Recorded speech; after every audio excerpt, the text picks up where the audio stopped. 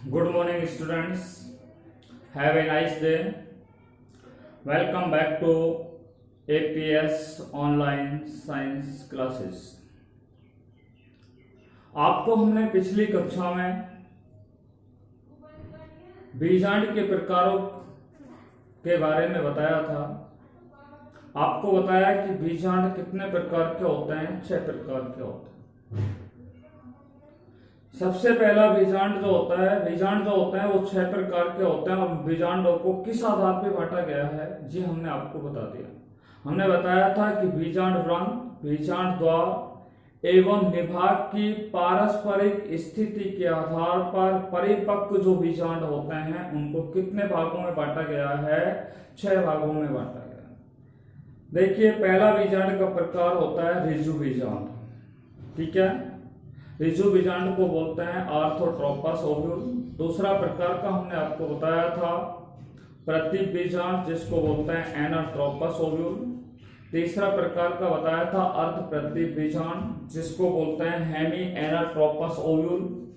चौथा प्रकार का हमने आपको बताया था कुंडलित बीजांड, जिसको बोलते हैं सरसिनोट्रोपस ओव्यूल। पांचवा प्रकार का है वक्रीय बीजांड, जिसको बोलते हैं कैम्पलाइलोट्रोपस ओव्यूल। और छठा प्रकार का होता है अनुप्रस्थ बीजांड, जिसको बोला जाता है एम्फीट्रोपस ओव्यूल और ट्रांसवर्स ओव्यूल के नाम से उसे जाना जाता है। देखिए, हम इन चारों पर पहले ही आपसे चर्चा कर चुके हैं। पिछले वीडियो में, पिछली क्लास में हम आपको इस पर चर्चा कर चुके हैं। एक बार हम इनको हल्का सा रिवाइज कर रहे हैं। देखिए, ऋजु बीजांड क्या होता है। ठीक है, इस प्रकार का जो बीजांड होता है उसमें ये बीजांड क्या होता है, द्वार होता है, ये बीजांड व्रंत होता है, ये निभाग होता है। देखिए, बीजांड द्वार, बीजांड व्रंत और निभाग, ये तीनों कैसे होते हैं, एक सीधी रेखा में क्या होते हैं, व्यवस्थित होते हैं। ऐसे बीजांड जिसमें बीजांड द्वार, बीजांड व्रंत और निभाग सीधी रेखा में व्यवस्थित होते हैं या स्थित होते हैं, उसे ऋजु बीजांड कहते हैं। इस प्रकार का बीजांड बिल्कुल सीधा होता है, उदग्र स्थिति में होता है। मोस्टली मैंने आपको बताया था पाइपरेसी कुल के पादप, पाइपरेसी में आता है काली मिर्च, आपने नाम सुना होगा, या पॉलीग्नेसी कुल के पादपों में ये ऋजु बीजांड पाया जाता है। मोस्टली जिम्नोस्पर्म वर्ग के जो पादप होते हैं उनमें भी ऋजु बीजांड पाया जाता है। प्रतीप बीजांड पर हम बात करते हैं। इस प्रकार के बीजांड में क्या होता है कि ये बीजांड व्रंत होता है और बीजांड व्रंत के अंदर एक पार्श्विक क्या होती है, वृद्धि होती है। एक पार्श्विक जो वृद्धि बीजांड व्रंत में होती है तो बीजांड जो होता है वो 180 डिग्री के कोण पर क्या हो जाता है, घूम जाता है। बीजांड जब 180 डिग्री के कोण पर घूम जाता है तो घूम करके कैसा हो जाता है, उल्टा हो जाता है। इस स्थिति में आप देखिए, ये बीजांड द्वार होता है, ये निभाग होता है। बीजांड द्वार और निभाग जो होते हैं वो दोनों कैसे होते हैं, एक सीधी रेखा में होते हैं। कैसे होता है, एक सीधी रेखा में स्थित होता है। और बीजांड द्वार जो होता है वो हाइलन के क्या आ जाता है, पास में आ जाता है। इस प्रकार के बीजांड को क्या कहा जाता है, प्रतीप बीजांड कहा जाता है। प्रतीप बीजांड में मैंने आपको बताया मोस्टली आवर्त बीजी पादप होते हैं, उनमें प्रतीप बीजांड पाए जाते हैं। 82% आवर्त बीजी पादपों में प्रतीप बीजांड पाया जाता है। तीसरा प्रकार जिस पर हम आपसे चर्चा कर चुके हैं अर्ध प्रतीप बीजांड। इस प्रकार के बीजांड में देखिए, ये बीजांड द्वार कहलाएगा, ये क्या कहलाएगा, निभाग वाला क्षेत्र कहलाएगा। आपने देखा कि बीजांड द्वार और निभाग जो होते हैं वो कैसे स्थित हैं, यहाँ पे क्षितिज रूप में क्या होते हैं, स्थित होते हैं। ऐसा बीजांड जिसमें निभाग और बीजांड द्वार क्षितिज स्थिति में होते हैं और बीजांड व्रंत जो होते हैं वो इनके कैसे स्थित होते हैं, समकोण पर क्या होते हैं, स्थित होते हैं। इस प्रकार के बीजांड को क्या कहा जाता है, अर्ध प्रतीप बीजांड के नाम से जाना जाता है। खासतौर से रेननकुलेसी कुल के पादप या प्रिमुलेसी कुल के पादप जो होते हैं उनमें अर्ध प्रतीप प्रकार का बीजांड पाया जाता है। चौथा प्रकार का बीजांड जिस पर हम लास्ट क्लास में चर्चा कर चुके हैं, कुंडलित प्रकार का बीजांड, जिसको सरसिनोट्रोपस ओव्यूल के नाम से जानते हैं। सरसिनोट्रोपस प्रकार का जो ओव्यूल होता है उसकी क्या खास विशेषता है, ये जो बीजांड होता है इसमें ये बीजांड व्रंत है। देखिए, ये बीजांड व्रंत है और ये बीजांड व्रंत क्या है, बहुत ही लंबा होता है। बीजांड व्रंत अत्यधिक लंबा होता है। एक बिंदु पर क्या होता है, ये जुड़ा हुआ होता है। देख रहे हो आप, एक बिंदु पर बीजांड के एक बिंदु से क्या होता है, जुड़ा हुआ होता है। इस बीजांड के अंदर क्या खास बात होती है कि ये बीजांड जो होता है वो 360 डिग्री के कोण पर क्या हो जाता है, घूम जाता है। कितने कोण पर घूम जाता है, 360 डिग्री के कोण पर घूम जाता है, ठीक है। और बीजांड वृंत होता है वो अत्यधिक लंबा होता है। यही बीजांड वृंत बीजांड के एक बिंदु से जुड़कर के चारों ओर से बीजांड को घेरे हुए रखने का कार्य करता है। इस प्रकार से कुंडलित संरचना का निर्माण होता है। इसी प्रकार के बीजांड को क्या कहा जाता है, कुंडलित प्रकार का बीजांड कहा जाता है। कुंडलित प्रकार का जो बीजांड होता है वो प्लम्बोजिनेसी कुल के पादपों के अंदर, कौन से, प्लम्बोजिनेसी कुल के पादप होते हैं या कैक्टेसी कुल के पादप होते हैं, उनमें कुंडलित प्रकार का क्या पाया जाता है, बीजांड पाया जाता है। देखिए आज जो हम अध्ययन करने जा रहे हैं वो शेष दो बीजांडों पर अध्ययन करने जा रहे हैं। अब हमारे दो बीजांड रह गए, एक अनुप्रस्थ बीजांड और दूसरा प्रकार का जो बीजांड है वो है वक्रीय बीजांड। आइए अब हम अध्ययन करने जा रहे हैं रिमेनिंग टू मोर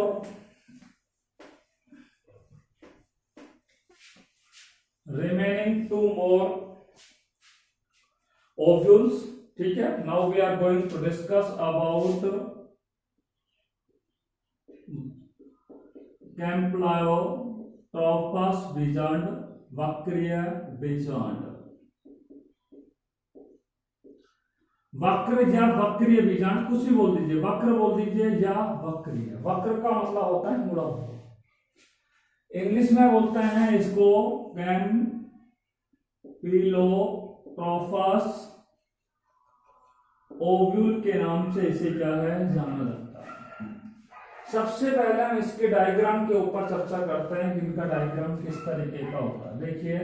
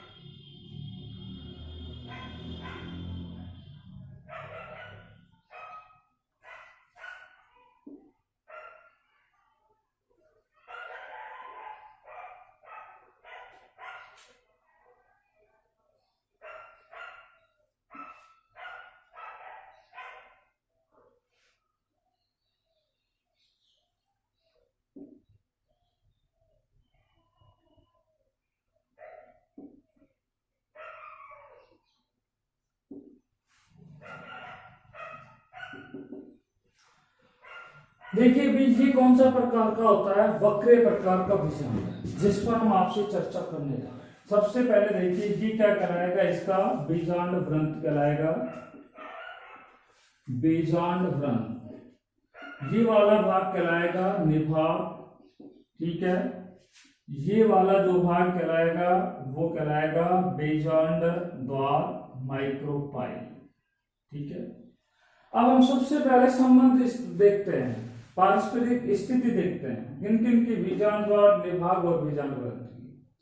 यहाँ पे आप देखिए बीजांड द्वार इधर है, ठीक है, और निभाग किस ओर है, इधर है। इसलिए हम कैसे सकते हैं कि इस प्रकार के बीजांड के अंदर बीजांड द्वार और निभाग एक सीधी रेखा में नहीं होते हैं। अगर बीजांड द्वार यहाँ है और निभाग इधर यहाँ होता तो ये क्या होता है, एक सीधी रेखा में होता। इस प्रकार के बीजांड में, ठीक है, बीजांड द्वार और निभाग जो होते हैं वो एक सीधी रेखा में नहीं होते। इस प्रकार के बीजांड में क्या होती है, वक्रता होती है। कहां पे वक्रता होती है वो मैं आपको बता रहा हूं। इस प्रकार के बीजांड में वक्रता कहां पर होती है, देखिए ये आपको बोल रहे हैं भ्रूण कोश, क्या बोलते हैं, भ्रूण कोश, और ये कहलाएगा बीजांड काय। क्या कहलाएगा, ये बीजांड काय। बात समझ आ रही है। तो आपको बता रहे हैं कि जो बीजांड होता है, ठीक है, उस बीजांड में क्या होती है, वक्रता होती है। और वक्रता जब होती है तो आप देखिए वक्रता होने के कारण ये तो क्या हो गया, निभाग वाला भाग हो गया, और ये क्या हो गया, बीजांड वृंत हो गया। इसका मतलब हम कह सकते हैं कि बीजांड में वक्रता होने के कारण निभाग और बीजांड वृंत कैसे होते हैं, निभाग जो होता है वो बीजांड वृंत के कैसे होता है, समकोण पर होता है। निभाग बीजांड, ये निभाग हो गया, ये बीजांड वृंत हो गया। निभाग किसके समकोण पर होता है? बीजांड वृंत के समकोण पर होता है। इसमें आप देखिए बीजांड का ही रहा, ठीक है, ये बीजांड का है और ये संरचना जो मैंने आपको दिखाई है भ्रूणकोश है, ठीक है। बीजांड का है और भ्रूणकोश जो होते हैं वो घोड़ा का नाल जो होता है उसकी भांति क्या होता है? मुड़ा हुआ होता है। घोड़े के नाल की भांति ये बीजांड काय और भ्रूणकोश दोनों क्या होते हैं? यहाँ पर मुड़े हुए होते हैं, जिसके कारण बीजांड द्वार जो होता है वो बीजांड ग्रंथ के क्या आ जाता है? बिल्कुल समीप आ जाता है। इस प्रकार के बीजांड को वक्रीय बीजांड कहते हैं। क्या कहते हैं? वक्रीय बीजांड। हमने आपको 3 बातें यहाँ पे बताई है और इसको परिभाषित कैसे कर रहे हैं कि इस प्रकार के बीजांड में बीजांड द्वार और निभाग एक दूसरे की सीधी रेखा में स्थित नहीं होते हैं, या हम कह सकते हैं बीजांड द्वार और निभाग जो होते हैं वो सीधी रेखा में स्थित नहीं होते हैं। बीजांड में वक्रता होने के कारण, बीजांड में क्या है? यहाँ पे वक्रता, वक्रता मैंने आपको बताई कहाँ पे होती है? बीजांड का और भ्रूणकोश में। इनमें वक्रता होने के कारण निभाग और बीजांड वृंत होता है। निभाग जो होता है वो बीजांड वृंत के कैसा होता है? समकोण पर होता है। बीजांड का और भ्रूणकोश में क्या है? वक्रता होती है और कैसी होती है? घोड़े के नाल के समान होती है, ठीक है। यहाँ हम कह सकते हैं कि बीजांड का और भ्रूणकोश जो होते हैं वो घोड़े के नाल की भांति होते हैं। और यहाँ पर आपको खास बात मैंने बताया कि बीजांड द्वार जो होता है वो इस दौरान बीजांड ग्रंथ के क्या आ जाता है? बिल्कुल समीप आ जाता है। इस प्रकार के बीजांड को वक्रीय बीजांड कहते हैं, अर्थात ऐसा बीजांड जिसमें बीजांड द्वार एवं निभाग एक सीधी रेखा में नहीं होते हैं तथा बीजांड में वक्रता होने के कारण निभाग और बीजांड ग्रंथ जो होते हैं वो समकोण पर स्थित होते हैं तथा बीजांड काय और भ्रूणकोश के अंदर क्या है? घोड़े के नाल की भांति क्या पाई जाती है? वक्रता पाई जाती है। या बीजांड काय और भ्रूणकोश घोड़े के नाल की भांति या घोड़े के नाल के रूप में क्या है? पाए जाते हैं। इस दौरान बीजांड द्वार और बीजांड ग्रंथ कैसे आ जाते हैं? एक दूसरे के पास आ जाते हैं, समीप आ जाते हैं। इस प्रकार के बीजांड को वक्रीय बीजांड कहा जाता है। कौन सा बीजांड कहा जाता है? वक्रीय बीजांड।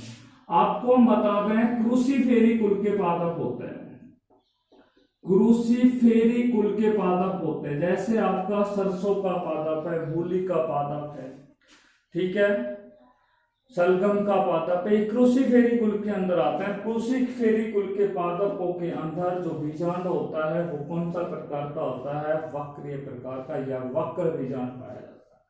तो क्रूसीफेरी कुल के पादपों में वक्र बीजांड पाया जाता है। दूसरा है लेग्यूमिनेसी कुल के पादप। लेग्यूमिनेसी कुल के जो पादप होते हैं, यानी कि ज्यादातर पल्स वाले पादप, दाल वाले पादप होते हैं, उनके अंदर मोस्टली क्या पाया जाता है? वक्र बीजांड पाया जाता है। तो क्रूसीफेरी कुल के पादप और लेग्यूमिनेसी कुल के जो पादप होते हैं उनमें वक्र बीजांड पाया जाता है।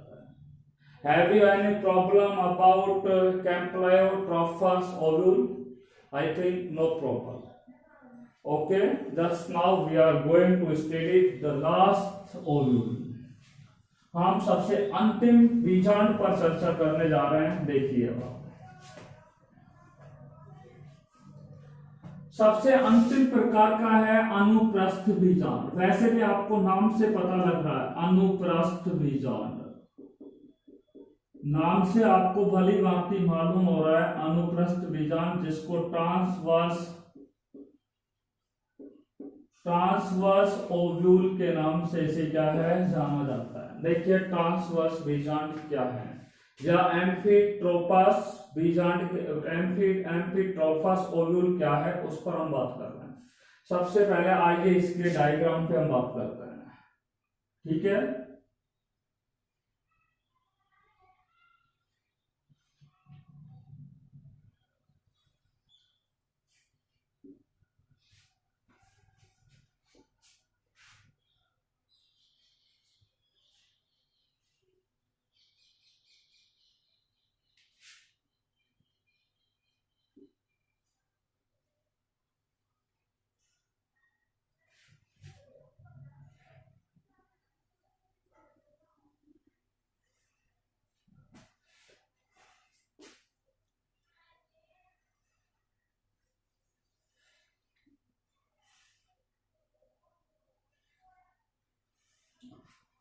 देखिए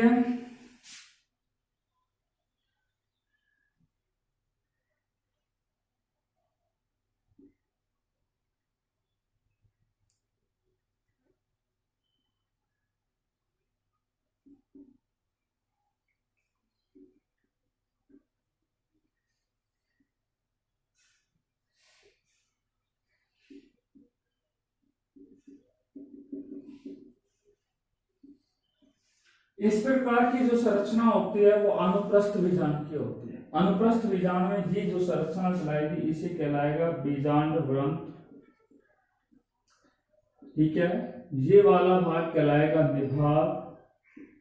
ठीक है, ये वाली जो संरचना कहलाएगी ये कहलाएगा बीजांड द्वार।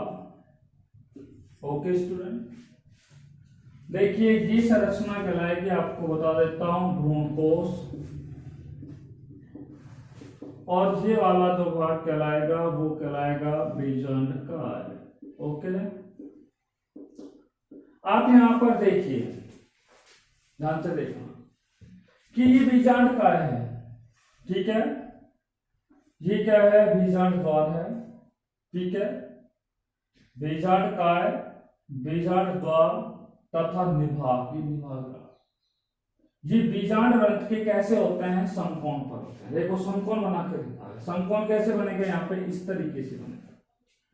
यानी कि ये तो हो गया बीजांड द्वार। तो ये बीजांड द्वार को देखो मैं इस तरीके से दिखा रहा हूं, ये बीजांड द्वार हो गया इस तरीके से। ठीक है, और इसी लाइन में आपका क्या आ रहा है, इसी रेखा में क्या आ रहा है, आपका बीजांड का आ रहा है। और यहाँ पे ये क्या आ रहा है, निभाग वाला भाग आ रहा है। तो मैंने क्या बोला, बीजांड का, बीजांड द्वार तथा निभाग बीजांड ग्रंथ के कैसे होते हैं, समकोण पर होते हैं। दोबारा देखिए, बीजांड काय, बीजांड द्वार और निभाग बीजांड ग्रंथ के कैसे होते हैं, समकोण पर क्या होते हैं, स्थित होते हैं। इस प्रकार के बीजांड में क्या होती है, वक्रता होती है। ठीक है, और वक्रता होने के कारण ये भ्रूणकोश क्या हो जाता है, मुड़ जाता है। ठीक है, और भ्रूणकोश के मुड़ने के कारण इस प्रकार के बीजांड कैसे होते हैं, अनुप्रस्थ होते हैं। इस प्रकार के बीजांड को अनुप्रस्थ बीजांड कहते हैं। ठीक है, एक बार मैं फिर दोबारा इस पे बात कर रहा हूं कि ऐसा बीजांड जिसमें बीजांड काय, बीजांड द्वार और निभाग बीजांड ग्रंथ के कैसे होते हैं, समकोण पर स्थित होते हैं। बीजांड में वक्रता होने के कारण भ्रूणकोश मुड़ी हुई अवस्था में होते हैं। और ये बीजांड कैसे होते हैं, अनुप्रस्थ प्रकार के होते हैं। इस प्रकार के बीजांड को अनुप्रस्थ बीजांड कहा जाता है। एग्जाम्पल हम आपको बता रहे हैं, ध्यान से देखना। ब्यूटोमेसी, ब्यूटोमेसी एक कुल का, ब्यूटोमेसी कुल, ब्यूटोमेसी कुल के जो पादप होते हैं, आपको याद नहीं रहे तो मैसी एक ट्रैक्टर होता है। ठीक है, और वो कैसा है, ब्यूट, ब्यूट का मतलब है ब्यूटीफुल। मैसी ट्रैक्टर बहुत ब्यूटीफुल होता है, इस तरीके से याद रखना। तो ब्यूटोमेसी कुल के जो पादप होते हैं उनमें अनुप्रस्थ प्रकार का बीजांड पाया जाता है। ठीक है, देखिए एक एलिस मेसी, एलिस मेसी, ठीक है, एलिस मेसी कुल के जो पादप होते हैं उनमें भी अनुप्रस्थ प्रकार का क्या पाया जाता है, बीजांड पाया जाता है। तो आपको पता लग गया है कि अनुप्रस्थ बीजांड वे बीजांड होते हैं जिसमें बीजांड काय, बीजांड द्वार, निभाग, ठीक है, तथा निभाग बीजांड ग्रंथ के कैसे होते हैं, समकोण पर होता है। और बीजांड में वक्रता होने के कारण भ्रूणकोश कैसा होता है, मुड़ा होता है। इस प्रकार के बीजांड अनुप्रस्थ रूप में होते हैं। इसे क्या कहा जाता है, अनुप्रस्थ बीजांड कहते हैं। नेक्स्ट पॉइंट पर बात करने जा रहे हैं। अगला हमारा टॉपिक है गुरु बीजाणु जनन। गुरु बीजाणु जनन क्या है, नेक्स्ट टॉपिक पर हम चर्चा करने जा रहे हैं, गुरु बीजाणु जनन। गुरु बीजाणु जनन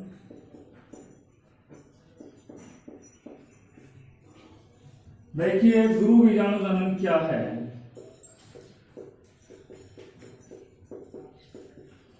गुरु बीजाणु जनन मेगास्पोरोजेनेसिस, मेगास्पोरोजेनेसिस। देखिए मेगास्पोरोजेनेसिस दो शब्दों से मिलकर के बना है। कितने शब्दों से मिलकर के बना है? दो शब्दों से मिलकर के बना है। मेगास्पोर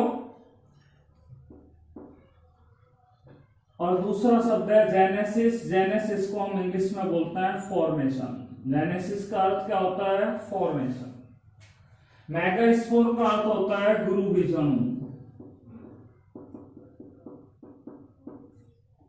फॉर्मेशन का अर्थ होता है निर्माण। परिभाषा क्या निकल के आ गई कि गुरु बीजाणु के निर्माण की क्रिया को क्या कहते हैं? गुरु बीजाणु जनन कहते हैं। गुरु बीजाणु के निर्माण की क्रिया को गुरु बीजाणु जनन कहते हैं। We can say in another words, formation of megaspore that is known as megasporogenesis. Is it clear? देखिए अगर यहां से भी हम इस शब्द के बारे में बात करें तो गुरु बीजाणु जनन, नाम से भी स्पष्ट लग रहा है। गुरु बीजाणु का अर्थ होता है गुरु बीजाणु, जनन का अर्थ होता है निर्माण। गुरु बीजाणु के निर्माण की क्रिया को क्या कहा जाता है? गुरु बीजाणु जनन कहते हैं। देखिए ये हमने एक जस्ट सिंपल परिभाषा आपको दी। अब हम इसके एक स्पेसिफिक परिभाषा आपको डायरेक्ट दे रहे हैं और फिर उसको हम परिभाषा को निकाल कर भी आपको बताएंगे। We can find out that definition. देखिए उस परिभाषा को हम निकाल के बताएंगे। देखिए गुरु बीजाणु जनन किसके द्वारा होता है आपको बता दूं। गुरु बीजाणु मात्र कोशिकाएं होती हैं। गुरु बीजाणु मात्र कोशिका, गुरु बीजाणु मात्र कोशिकाओं को बोला जाता है megaspore mother cell. Megaspore mother cell, जिसको हम शॉर्टली कई बार लिखेंगे आपको MSMC। ठीक है, मेगास्पोर मदर सेल, MSMC भी लिखेंगे। इस गुरु बीजाणु मात्र कोशिका में क्या होता है? अर्धसूत्री विभाजन होता है। कौन सा विभाजन होता है? अर्धसूत्री विभाजन होता है। मियोसिस डिवीजन होता है। और जब अर्धसूत्री विभाजन गुरु बीजाणु मात्र कोशिकाओं में होता है तो किसका निर्माण होता है? गुरु बीजाणुओं का निर्माण होता है। परिभाषा क्या निकल के आई? ध्यान से सुनिए। गुरु बीजाणु मात्र कोशिकाओं में अर्धसूत्री विभाजन के फलस्वरूप गुरु बीजाणुओं का निर्माण होता है, जिस क्रिया को गुरु बीजाणु जनन कहते हैं। गुरु बीजाणु मात्र कोशिकाओं में अर्धसूत्री विभाजन के फलस्वरूप किसका निर्माण होता है? गुरु बीजाणुओं का निर्माण होता है, जिसे क्या कहा जाता है? गुरु बीजाणु जनन कहते हैं। देखिए गुरु बीजाणु जनन कैसे होता है? How to megasporogenesis takes place in angiosperm plants. आवर्तबीजी पादपों में गुरु बीजाणु जनन कैसे होता है उस पर हम बात करते हैं। ठीक है, देखिए किस प्रकार से गुरु बीजाणु जनन की क्रिया होती है इस पर हम बात करने जा रहे हैं। आपने देखिए बीजांड की संरचना आप लोगों ने पढ़ी थी। ठीक है, देखिए बीजांड की संरचना आपने पढ़ी है। इस तरीके का आपको हमने डायग्राम बनाया भी था। ठीक है, देखिए ये संरचना कहलाएगी बाह्य अध्यावरण। क्या बोलेंगे इसको? बाह्य अध्यावरण कहते हैं। ठीक है, ये वाली संरचना क्या कहलाएगी? अंत अध्यावरण कहलाएगी। अंत अध्यावरण। ये वाली संरचना को कहते हैं बीजांडकाय। अब हम बात करते हैं इसी बीजांडकाय के बारे में। बाकी आप इनके नाम जानते हैं। ये कहलाएगा भ्रूणकोश। ठीक है, ये वाला बीजांड द्वार कहलाएगा, ये निभाग वाला भाग कहलाएगा, ये बीजांड ग्रंथ कहलाएगा। यहीं पे हाइलम या नाभिका होती है। हम आपसे बात करेंगे बीजांडकाय के बारे में कि बीजांडकाय की अधः त्वचा होती है। अब हम इस बीजांडकाय को निकाल के दिखा रहे हैं, केवल इस संरचना को यहां से बाहर निकाल रहे हैं। ये बीजांडकाय है। क्या है भैया? ये बीजांडकाय। बीजांडकाय में देखिए इस तरीके से ये क्या है? कोशिकाएं पाई जाती है। ठीक है, ये बीजांडकाय के अंदर सबसे बाहर की जो कोशिका कहलाएगी वो कौन सी कहलाएगी? एपिडर्मिस की कोशिका कहलाएगी, बाह्य त्वचा की कोशिका। ठीक है, बाह्य त्वचा के नीचे ठीक है। बीजांड काय में बाह्य त्वचा कोशिका होती है, और बीजांड काय में बाह्य त्वचा के नीचे एक कोशिका और पाई जाती है, जिन्हें कौन सी कोशिका कहा जाता है? अधः त्वचा की कोशिकाओं के नाम से जानते हैं। तो ये कहलाती है अधः त्वचा की, अधः त्वचा की कोशिका। अधः त्वचा न बोले तो इसको क्या बोल सकते हैं? हाइपोडर्मिस के नाम से इसे जानते हैं। तो हम बोल सकते हैं कि बीजांड काय की अधः त्वचा या हाइपोडर्मिस की जो कोशिकाएं होती हैं, हाइपोडर्मिस में बहुत सारी कोशिकाएं होती हैं, अधः त्वचा की बहुत सारी कोशिका होती है, ठीक है, बहुत सारी कोशिकाएं देखिए।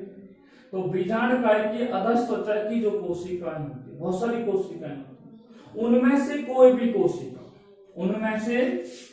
कोशिका जो होती है वो किस रूप में कार्य करती है?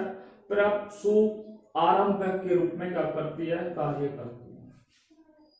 अधः त्वचा की कोई भी कोशिका, हाइपोडर्मिस की कोई भी कोशिका किसके रूप में कार्य करती है? प्रसु आरंभक के रूप में कार्य करती है, या प्रसूतक आरंभक के रूप में कार्य करती है, या प्रसु कोशिका के रूप में कार्य करती है। इसका मतलब देखिए, इस डायग्राम को हम यहां से निकाल के आपको इस तरीके से दिखा रहे हैं। ये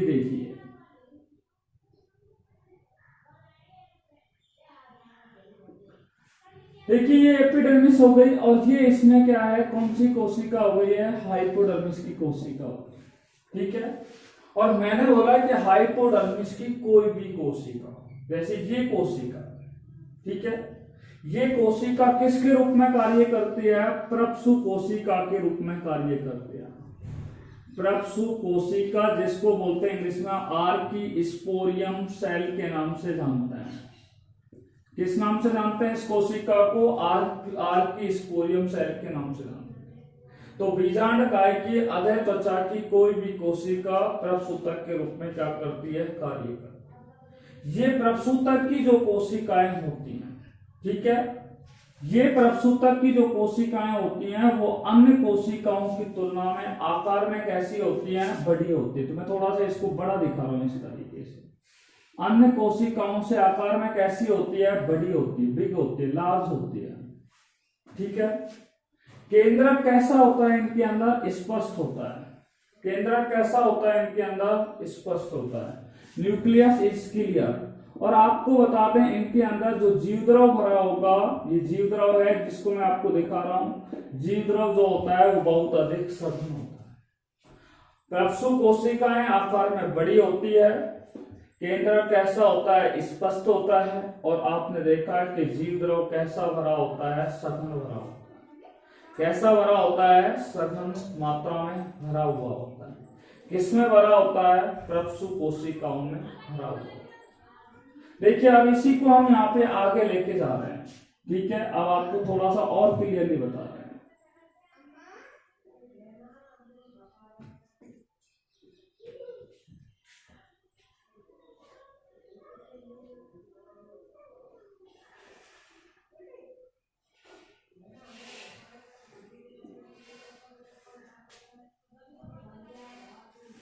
हाँ भाई, ये कोशिका कौन सी कहलाएगी? प्रसु कोशिका के नाम से जानते हैं। इस प्रसु कोशिका में क्या होता है? परिणत विभाजन होता है। कौन सा विभाजन होता है? परिणत विभाजन। जब प्रसु कोशिका में परिणत विभाजन होता है तो प्रसु कोशिका दो भागों में क्या हो जाती है? बढ़ जाती है। देखिए, प्रसु कोशिका किस तरीके से दो भागों में क्या हो जाती है? बढ़ जाती है, ठीक है। इस तरीके से प्रसु कोशिका कितने भागों में बढ़ जाती है? दो भागों में बढ़ जाती है, ठीक है। प्रसु कोशिका यहाँ पर दो भागों में क्या हो जाती है? बढ़ जाती है। बाहर की तरफ जो कोशिका होती है, बाहर की तरफ जो कोशिका होती है उसे क्या कहा जाता है? प्राथमिक भित्ति कोशिका कहते हैं। ये बाहर की तरफ जो कोशिका होती है, इस कोशिका को क्या कहा जाता है? प्राथमिक भित्ति कोशिका के नाम से जाना जाता है। इस कोशिका को प्राथमिक भित्ति कोशिका के नाम से जानते हैं। इंग्लिश में बोलते हैं प्राइमरी पैराइटल सेल के नाम से इसे जाना जाता है। प्राइमरी पैराइटल सेल के नाम से इसे जाना जाता है। और जो दूसरी कोशिका होती है, ठीक है, जो अंदर की ओर होती है, जो कोशिका ये बाहर की तरफ हो गई, ये कौन सी होती है, अंदर की तरफ।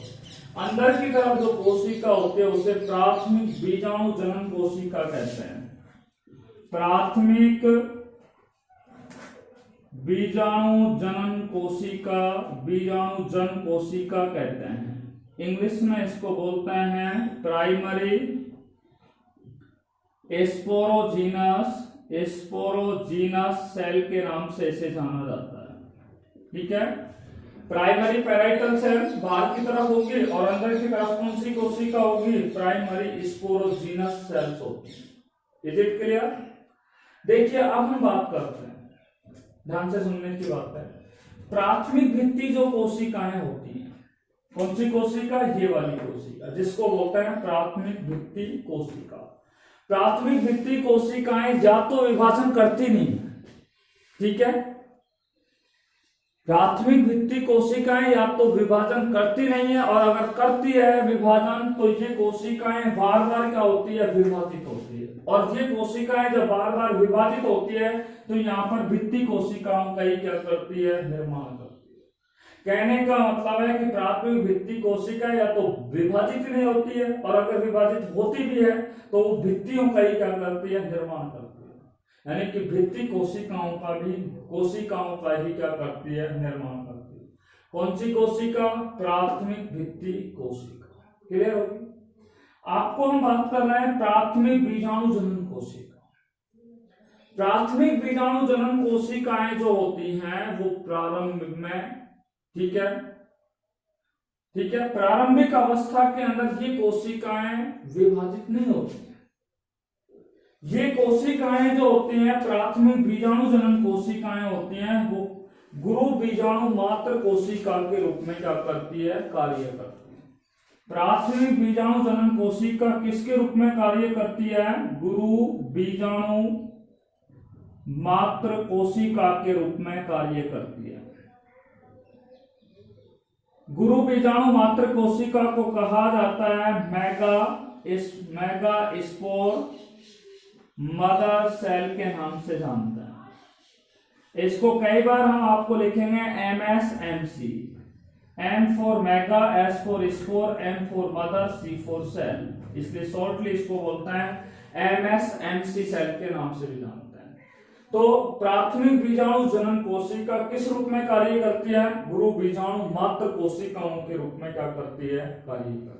किस रूप में काम करती है, गुरु बीजाणु मात्र कोशिका के रूप में काम करती है। यही इसी गुरु बीजाणु मात्र कोशिका के अंदर, जिसमें इसी गुरु बीजाणु मात्र कोशिका के अंदर क्या होता है, अर्धसूत्री विभाजन होता है।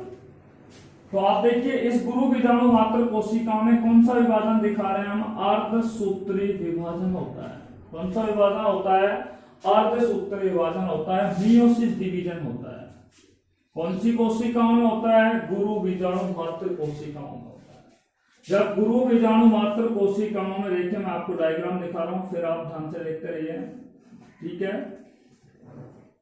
ये तो हो गई हमारी कौन सी कोशिका, ध्यान से सुनना, प्राथमिक भित्ति कोशिका, ठीक है। और इसी प्राथमिक भित्ति कोशिका के अंदर ये जो है कौन सी कोशिका, गुरु बीजाणु मात्र कोशिका, इसमें कौन सा विभाजन होता है, अर्धसूत्री विभाजन होता है। आपको हम बता चुके हैं कि जब समसूत्री विभाजन होता है तो समसूत्री विभाजन में एक कोशिका से कितनी कोशिकाओं का निर्माण होता है, दो कोशिकाओं का निर्माण होता है। समसूत्री विभाजन में एक कोशिका से कितनी कोशिकाओं का निर्माण होता है, दो कोशिकाओं का निर्माण होता है, ठीक है। आपको बता दें जैसे इस कोशिका में गुणसूत्र द्विगुणित है तो इस कोशिका में भी द्विगुणित होंगे, इसमें भी द्विगुणित होंगे। इसलिए मात्र कोशिका और पुत्री कोशिका दोनों में गुणसूत्रों की संख्या समान होती है, और दोनों में गुणसूत्रों की समान होती है, इसलिए उसे क्या कहते हैं, समसूत्री। सम का मतलब समान, सूत्री यानी कि ऐसा विभाजन जिसमें गुणसूत्रों की संख्या मात्र कोशिका और पुत्री कोशिका दोनों में क्या होती है, समान होती है। मेरा बताने का उद्देश्य ये है यहाँ पे कि समसूत्र विभाजन की क्रिया के दौरान केवल जब कोशिका में विभाजन होता है, मात्र कोशिका में विभाजन होता है, तो दो पुत्रिकाएं बनती हैं, दो डॉटर सेल्स का निर्माण होता है। परंतु जब अर्धसूत्र विभाजन होता है तो ये एक कोशिका है जो द्विगुणित है, ठीक है, और जब इसमें कोशिका विभाजन होगा तो यहाँ पे कितनी कोशिकाओं का निर्माण होगा, 4 कोशिकाओं का निर्माण होगा। परंतु यहाँ पे गुणसूत्रों की संख्या पुत्री कोशिकाओं में मात्र कोशिका की तुलना में कैसी होती है, आधी होती है। We have studied in 11th class about mitosis division and meiosis division. Is it clear? तो आपको इतना याद रखना है कि समसूत्र विभाजन में एक कोशिका से दो कोशिका बनती है, अर्धसूत्र विभाजन में एक कोशिका से कितनी कोशिकाओं का निर्माण होता है, 4 कोशिकाओं का निर्माण होता है। तो आप देखिए यहाँ पे गुरु बीजाणु मात्र कोशिका है, और इस गुरु बीजाणु मात्र कोशिका के अंदर क्या होता है, विभाजन होता है। तो विभाजन होने पर इस तरीके से कितनी कोशिकाओं का निर्माण हो जाता है, 4 कोशिकाओं का क्या हो जाता है, निर्माण हो जाता है। कितनी कोशिकाओं का निर्माण हो जाता है, ये तरीके से 4 कोशिकाओं का निर्माण हो जाता है। ओके, तो ये 4 कोशिकाओं का क्या हो जाता है, निर्माण हो जाता है। आप देख रहे हो कि यहाँ पे ये गुरु बीजाणु है, 1 2 3 4, और ये 4 गुरु बीजाणु जो होते हैं वो रैखिक क्रम में क्या होते हैं, व्यवस्थित होते हैं, या एक रेखा के रूप में क्या होते हैं, व्यवस्थित होते हैं। एक रेखा के रूप में क्या होते हैं, व्यवस्थित होते हैं, या एक रेखीय क्रम में क्या होते हैं, व्यवस्थित होते हैं। ठीक है, यानी कि गुरु बीजाणु कैसे होते हैं, चतुष्क होते हैं। ठीक है, आपको बता दूं यहाँ पर 4 गुरु बीजाणु में से केवल एक गुरु बीजाणु ही सक्रिय अवस्था में होता है। 3 गुरु बीजाणु कैसे होते हैं, निष्क्रिय अवस्था में होते हैं।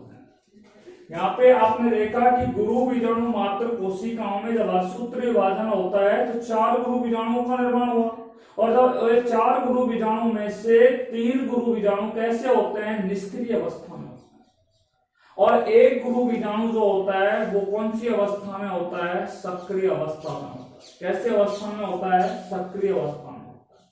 जो सक्रिय अवस्था में गुरु बीजाणु होता है वही आगे जाकर के मादा युग्मकोद्भिद के निर्माण की क्रिया में क्या होता है, सहायक होता है। सक्रिय गुरु बीजाणु ही आगे जाकर के मादा युग्मकोद्भिद या भ्रूण कोश के निर्माण की क्रिया में क्या होता है, सहायक होता है।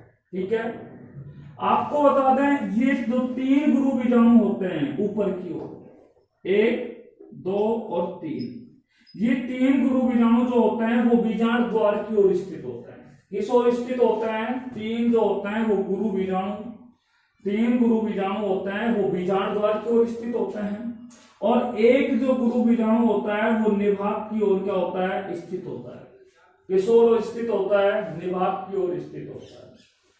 आपको बता दो ये तीनों गुरु बीजाणु क्या होते हैं, अपराशित होते हैं। इस तरीके से मैं आपको इनकी संरचना दिखा रहा हूं यहाँ पे डायरेक्ट, 1 2 और 3, ये तीनों गुरु बीजाणु कैसे होते हैं, अपराशित होते हैं। अपराशित का अर्थ होता है डिजनरेट, डिजनरेट का मतलब धीरे धीरे वो नष्ट हो रहे हैं। तो ये 3 जो गुरु बीजाणु हैं, ठीक है, ये जो निष्क्रिय अवस्था में है, जो बीजांड द्वार की ओर स्थित होते हैं, तो ये 3 गुरु बीजाणु अपराशित हो जाते हैं, और चौथा गुरु बीजाणु जो निभाग छोर की ओर स्थित होता है, ये गुरु बीजाणु कैसा होता है, सक्रिय होता है। सक्रिय होता है, तो ये सक्रिय गुरु बीजाणु को मैंने आपको यहाँ पे दिखा दिया इस तरीके से, ये सक्रिय गुरु बीजाणु। ठीक है, ये क्या है, आपके निष्क्रिय गुरु बीजाणु कहलाएंगे, निष्क्रिय गुरु बीजाणु। ठीक है, ये किस ओर स्थित होते हैं, बीजांड द्वार की ओर स्थित होते हैं, और ये जो होता है ये कौन सा कहलाएगा, सक्रिय गुरु बीजाणु कहलाएगा। और ये सक्रिय गुरु बीजाणु जो होता है वो किस ओर स्थित होता है, निभाग की ओर क्या होता है, स्थित होता है। देखिए, निष्क्रिय गुरु बीजाणु अपराशित होने से पूर्व सक्रिय गुरु बीजाणु को क्या प्रदान करते हैं, पोषण प्रदान करने का कार्य करते हैं। कौन सा कार्य करते हैं, पोषण प्रदान करने का क्या करते हैं, कार्य करते हैं। ठीक है। हम कह सकते हैं कि निभाग छोर की ओर स्थित जो गुरु बीजाणु होता है, निभाग छोर की ओर स्थित गुरु बीजाणु होता है, वही कैसा होता है, क्रियाशील अवस्था में होता है। और यही गुरु बीजाणु जो होता है वो वृद्धि करता है, इसी के अंदर आगे जाकर के परिवर्धन होता है, और परिवर्तन होने पर यह गुरु बीजाणु भ्रूण कोश या मादा युग्मकोद्भिद के निर्माण की क्रिया में क्या होता है, सहायक होता है। भ्रूण कोश या मादा युग्मकोद्भिद के निर्माण की क्रिया में क्या होता है, सहायक होता है। इस तरीके से आपने देखा कि यहाँ पे किसका निर्माण हुआ है, गुरु बीजाणु का निर्माण हुआ है। हमने आपको गुरु बीजाणु जनन की परिभाषा क्या दी, हमने यही तो दी थी आपको कि कौन सी कोशिका, गुरु बीजाणु मात्र कोशिका। ठीक है, ये गुरु बीजाणु मात्र कोशिका द्विगुणित होती है, आपको ये बता देता हूं। और ये गुरु बीजाणु मात्र कोशिकाओं में कौन सा विभाजन हुआ था, अर्धसूत्री विभाजन हुआ था। गुरु बीजाणु मात्र कोशिकाओं में अर्धसूत्री विभाजन के फलस्वरूप किसका निर्माण हुआ था, गुरु बीजाणु का निर्माण हुआ था। जिस क्रिया को कौन सी क्रिया कहा था हमने, गुरु बीजाणु जनन। इसलिए परिभाषा हमने आपको डायरेक्टली, जब हमने चैप्टर टॉपिक हमने स्टार्ट किया था तो हमने बोला था कि गुरु बीजाणु की परिभाषा क्या है, हमने यही बोला था कि गुरु बीजाणु मात्र कोशिका, कौन सी कोशिका, गुरु बीजाणु मात्र कोशिका में अर्धसूत्री विभाजन के फलस्वरूप किसका निर्माण होता है, गुरु बीजाणु का निर्माण होता है, जिसे क्या कहा जाता है, गुरु बीजाणु जनन कहा जाता है। ठीक है, formation of megaspore by the meiosis division in megaspore mother cell, that is known as megasporogenesis. Is that right? देखिए, तो ये आपका समझ में आ गया होगा कि गुरु बीजाणु जनन क्या है, गुरु बीजाणु जनन कैसे होता है। हमने दो बातें यहाँ पर अध्ययन किया है कि गुरु बीजाणु जनन किसे कहते हैं और गुरु बीजाणु जनन कैसे होता है। ठीक है, देखिए अब हम आपसे इसको एक बार थोड़ा सा रिपीट करने जा रहे हैं कि गुरु बीजाणु जनन को हम संक्षिप्त में बता रहे हैं एक बार फिर दोबारा से। हमने बोला है कि बीजांड काय होता है, बीजांड काय होता है, बीजांड काय में आदर्श त्वचा की कोशिकाएं होती हैं। आदर्श त्वचा की जो कोशिकाएं होती हैं, ठीक है, उन आदर्श त्वचा की जो कोशिकाएं होती हैं उनमें से कोई भी कोशिका प्रपसु कोशिकाओं के रूप में कार्य करती है। और प्रपसु कोशिकाएं जो होती हैं वो प्रपसु आरंभक के रूप में कार्य करती है। ये प्रपसु कोशिकाएं जो होती हैं ये अन्य कोशिकाओं की तुलना में आकार में बड़ी होती है, इनमें केंद्रक स्पष्ट होता है और जीवद्रव सघन जीवद्रव युक्त होती है। प्रपसु जो कोशिकाएं होती हैं इनमें परिणत विभाजन होता है। ठीक है, प्रपसु कोशिकाओं में जब परिणत विभाजन होता है तो प्रपसु कोशिकाएं में बाहर की तरफ जो कोशिकाएं बनती हैं उन्हें प्राथमिक भित्ति कोशिका कहते हैं और अंदर की तरफ प्राथमिक बीजाणु जनन कोशिका कहते हैं।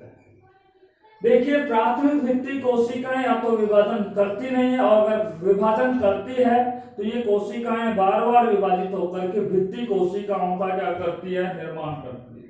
ठीक है, देखिए प्राथमिक बीजाणु जनन कोशिकाएं जो होती हैं इन्हें गुरु बीजाणु मात्र कोशिका कहते हैं। ये गुरु बीजाणु मात्र कोशिकाओं में अर्धसूत्री विभाजन होता है। अर्धसूत्री विभाजन के फलस्वरूप गुरु बीजाणु मात्र कोशिकाओं से 4 गुरु बीजाणुओं का निर्माण होता है। ये चारों गुरु बीजाणु रेखिक क्रम में लाइनर फॉर्म में क्या होते हैं, व्यवस्थित होते हैं। ठीक है, तत्पश्चात आपको बता दूं बीजांड द्वार की ओर स्थित 3 जो गुरु बीजाणु होते हैं, ठीक है, ये निष्क्रिय गुरु बीजाणु होते हैं। ठीक है, और निभाग छोर की ओर स्थित जो गुरु बीजाणु होता है वो कैसा होता है, सक्रिय होता है। यही सक्रिय गुरु बीजाणु मादा युग्मकोद्भिद के निर्माण की क्रिया में क्या होता है, सहायक होता है। ये 3 गुरु बीजाणु जो निष्क्रिय अवस्था में होते हैं, ठीक है, ये क्या है, अपराशित होने से पूर्व सक्रिय गुरु बीजाणु को पोषण प्रदान करने का कार्य करता है। ठीक है, केवल सक्रिय गुरु बीजाणु ही क्या होता है, सक्रिय गुरु बीजाणु ही क्या होता है, क्रियाशील होता है। यानी कि निभाग छोर की ओर स्थित जो सक्रिय गुरु बीजाणु होता है वही क्रियाशील होता है, और यही सक्रिय गुरु बीजाणु आगे जाकर के वृद्धि और परिवर्धन की क्रिया करता है या परिवर्तन की क्रिया में भाग लेता है, और यही सक्रिय गुरु बीजाणु के द्वारा भ्रूण कोश या मादा युग्मकोद्भिद का क्या होता है, निर्माण होता है। यानी कि सक्रिय गुरु बीजाणु के द्वारा ही किसका निर्माण होता है, मादा युग्मकोद्भिद का निर्माण होता है, या फिर किसका निर्माण होता है, भ्रूण कोश का निर्माण होता है। Thank you very much. खास तौर से ब्यूटोमेसी कुल के पादप और एरिस्मेसी कुल के जो पादप होते हैं उनमें अनुप्रस्थ प्रकार का बीजांड पाया जाता है।